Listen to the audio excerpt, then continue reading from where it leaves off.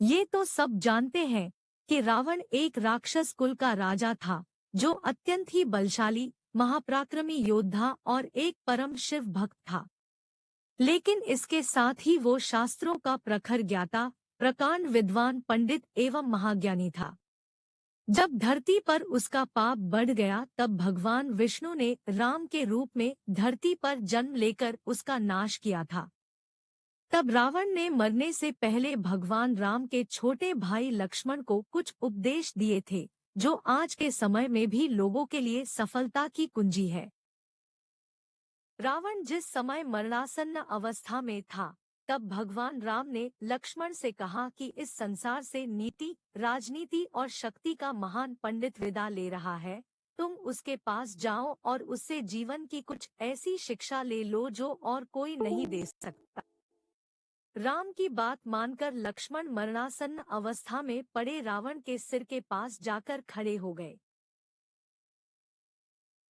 लक्ष्मण काफी देर तक रावण के सिर के पास खड़े रहे, लेकिन रावण ने उनसे कुछ नहीं कहा। इसके बाद लक्ष्मण वापस लौट आए और प्रभु श्रीराम से सारी बातें बताई। तब भगवान राम ने लक्ष्मण से कहा कि अगर किसी से ज्ञान प्राप्त करना हो तो उसके चरणों के पास खड़े होना चाहिए, न कि सिर के पास। यह बात सुनकर लक्ष्मण वापस रावण के पास गए और उसके पैरों के पास खड़े हो गए। उस समय महापंडित रावण ने लक्ष्मण को 5 ऐसी बातें बताई जो जीवन में सफलता की कुंजी है।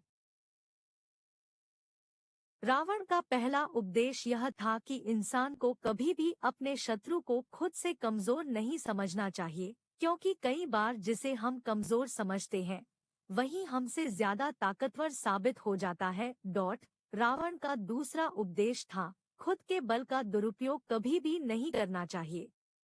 घमंड इंसान को ऐसे तोड़ देता है, जैसे दांत किसी सुपारी को तोड़ता है।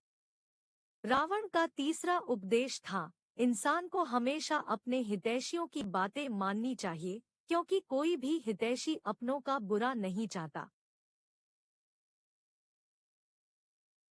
रावण का चौथा उपदेश था, हमें शत्रु और मित्र की हमेशा पहचान करनी चाहिए। कई बार जिसे हम अपना मित्र समझते हैं, वे ही हमारे शत्रु साबित हो जाते हैं, और जिसे हैं, असल में वे ही हमारे अपने होते हैं। रावण का पांचवा और सबसे बेहतरीन उपदेश था, हमें कभी भी पराई स्त्री पर बुरी नजर नहीं डालनी चाहिए, क्योंकि पराई स्त्री और बुरी नजर डालने वाला इंसान नष्ट हो जाता है।